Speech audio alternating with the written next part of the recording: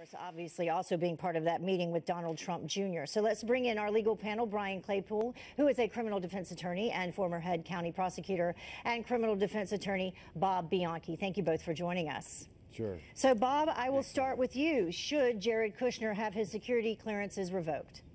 Well, listen, we have a lot to go with respect to this information. Something as far as the timeline that impresses me and why I would say no at this point is that when he first filled it out with the no information with regard to contacts with foreign nationals, the very next day his lawyers, with their continuing obligation to release information, said that that form needs to be amended. We want to let you know. They then amended it with 100 names, and then afterwards, 2 days before the FBI was going to interview him, they amended it with this meeting that we've been discussing so much. So this is not a political decision, it's a legal one. As a prosecutor, you cannot prosecute somebody for falsifying a document simply because that they were negligent or failed to disclose it. But I'm very impressed with the idea that his team said from the very beginning, a day after it was submitted, we're here to amend this document. Now, I know there's lots of other data points out there that are troubling, like the backdoor Russian communication, so on, but that has nothing to do with whether he falsified his security clearance application. So, yeah, what happened, Brian, originally, apparently they said it was sent prematurely, so they had to amend it. Not only did he not leave or include the foreign contacts, he also got the dates wrong for his graduate degree. Also, his father-in-law's address was wrong. So clearly there were some problems with the original form that was submitted, so they had to submit another one, but they also submitted it yet again, I think, what, 3 times total, Brian?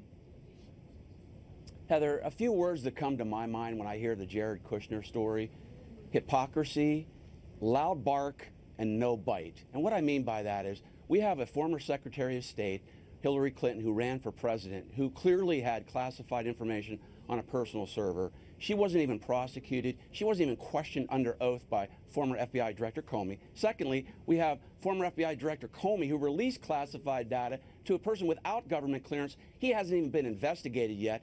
And now we have Jared Kushner being put on the hot seat and being hung for something that I think clearly does not amount to him having to have his security clearance removed. And here's why, quickly. Number one, he didn't do anything intentionally to mislead anybody. And that's borne out by the fact that, as Bob said, he cleared everything up. And as you said, he was transparent after that. And the second part of that is you have to prove that he intentionally omitted a material fact. And everything I'm hearing up to now, Heather, does not amount to a material fact. What this is President Trump his family is used to the private sector. Give his family a chance to adjust to the political and public sector and all the myriad of regulations that they must comply with. But eventually, though, Bob, will this inexperience, because there is a lot for them to learn in terms of dealing with politics versus dealing in the business world, will this inexperience get them in trouble legally? And is that a valid excuse to say, well, I'm inexperienced at this? Well, I've said this before with the Hillary Clinton email situation, and I'll say it with this. Prosecutors don't like to prosecute people for technical violations of the law that may have tripped up and done something that was negligent, or that they weren't paying attention, as some of their staffers did.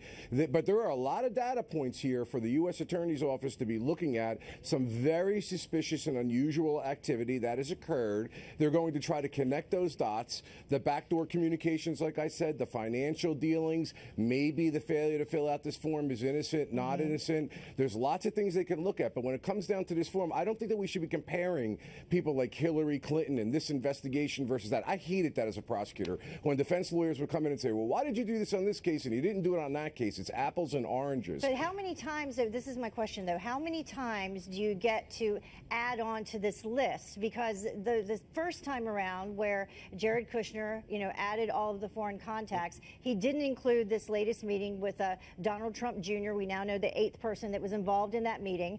Will we now find out that when he did include that the 3rd time, that perhaps he didn't include this 8th person who was involved in the meeting. So they'll have to, you know, make another change. Well, this is exactly, Heather, the problem, and you hit right on the head of where the investigators are going to look.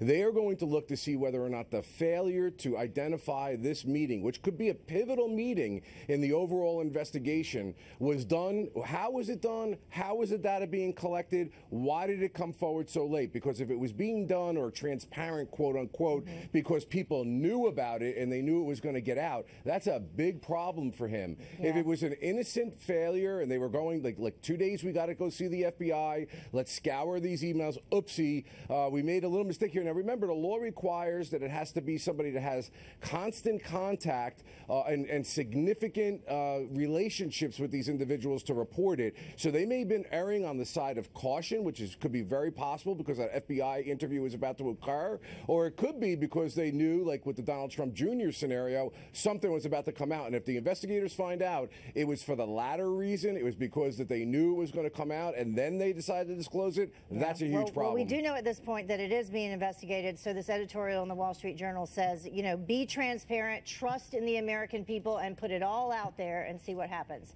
Thank you both for joining us. Thank you. Appreciate it. Thanks, Adam. British